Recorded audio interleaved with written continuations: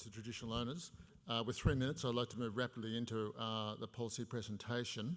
I'd like to put to you that Federal Labor Party has got a strong environmental perspectives over the last 50 years. Environmentalism and climate action is now in the Labor Party policy DNA. The current national ALP platform states that action on climate change is a core Labor value. The ALP platform also acknowledges an existential threat that represented by climate change and calls on the party to move into emergency phase. As Leo has touched on, there's been some strong action on climate change from businesses and from states, governments, and I acknowledge the local government here, Burundara, has come on board in the last year. There's been no state government that's been better than Victorian government. I think that's widely acknowledged. Very strong policies on climate change.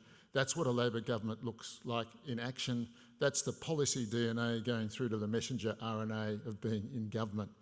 So since 2001, Federal Labor at every election has presented strong policies on climate change in the Rudd government, the Gillard government.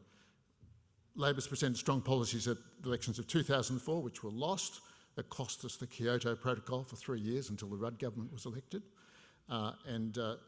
In the last 2 elections, strong climate action policies were presented, but Labor was not successful. In government from 2007 to 2010, the Rudd government attempted the first emissions trading scheme. It was actually blocked by the Greens Party and minor parties. Subsequently, there was an election in 2010. The Gillard government established the basic architecture and framework of climate change management, which has been touched on. The establishment of an emission trading scheme was presented in this very hall by Anna Burke, the then member for Chisholm. Clean Energy Finance Corporation, Climate Change Authority, ARENA, the Commission, and so on.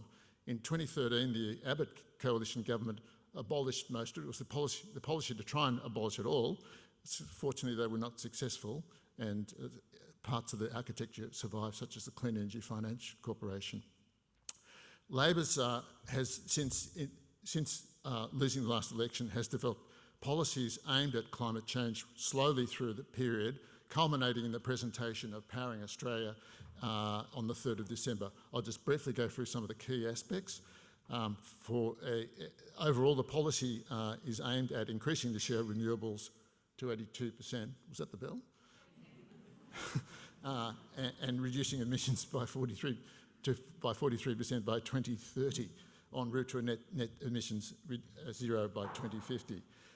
This establishes the rewiring the corporation, rewiring the nation corporation, the solar banks policy, the establishment of the community batteries policy, and I'm hoping to have time to elaborate on these later.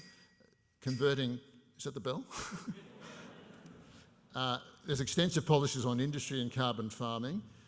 Look, overall, I would probably highlight the big change is going to be leadership, national leadership, ending the divisive process, and legislating both 2050 target and 2030 target of 43%, advising COP that these are the new targets, restoring the role of the Climate Change Authority, new annual reporting mechanisms to Parliament, the establishment of a climate change ambassador, and the offer to host the COP 2029. So Labor will establish the architecture of managing climate change. And 3 minutes goes quickly.